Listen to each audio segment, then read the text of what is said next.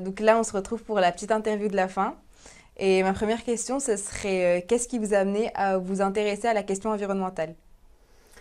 Il y a 20 ans déjà, vous m'en posez des questions. Donc 2002, doctorat, chimie analytique. Pourquoi faire finalement de la chimie analytique quand on habite à Marseille, à part protéger la mer Méditerranée? Donc c'est bien mal. Ouais. Donc voilà, je suis partie comme ça sur l'analyse de la qualité des eaux. Et puis petit à petit, ça a évolué. C'est-à-dire qu'on a analysé les eaux pour protéger l'environnement. Et puis finalement, si on protège l'environnement, ben, pourquoi pas la santé des populations? Alors, les eaux usées urbaines, les eaux naturelles, les lacs et les rivières du Québec, et puis finalement les eaux destinées à la consommation humaine. Et donc en 20 ans, les choses bougent, le changement climatique est arrivé.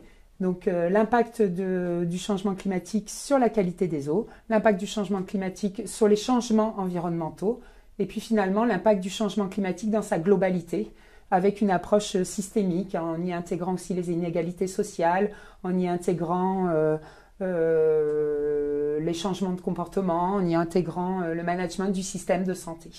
Donc pour une deuxième question, je voulais rebondir sur la fin de la présentation. Donc vous avez parlé d'embarquer la direction.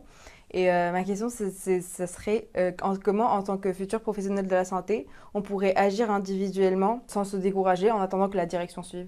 L'individuel versus le collectif. C'est ça, ouais. Voilà. Quels sont les effets? Alors, l'histoire du colibri, chacun amène sa petite goutte d'eau. Donc, l'individuel est important. Je pense que si on mettait toutes les actions individuelles les unes avec les autres, ensemble, ça représenterait par exemple 25% de diminution de gaz à effet de serre, finalement, toutes ces actions individuelles.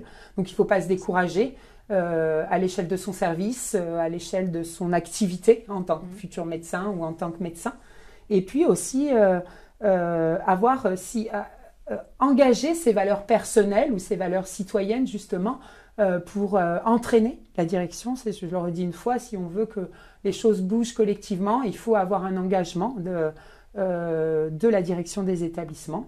Et en tant que médecin, en tant que citoyen, on peut participer et entraîner les équipes de direction et les autres équipes au sein du système de santé.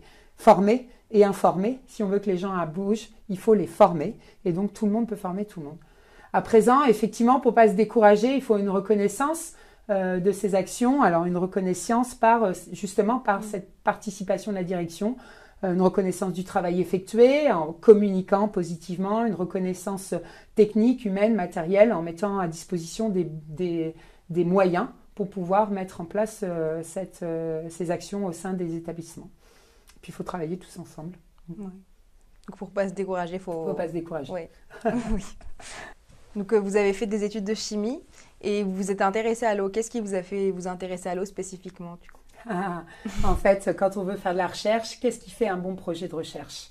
Un bon sujet d'actualité. Finalement, sa recherche est liée à l'actualité.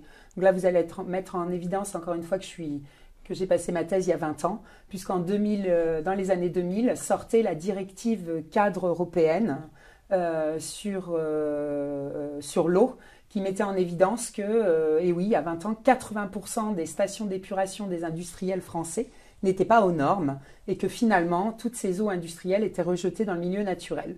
Donc là, ça a été le boom pour travailler sur cette problématique eau, parce que déjà, il fallait préserver notre milieu naturel. On s'est aperçu que on polluait notre milieu naturel. Donc j'ai embarqué et puis en habitant à Marseille, voilà, je me baladais dans les calanques et donc voilà, proche de l'eau, effectivement.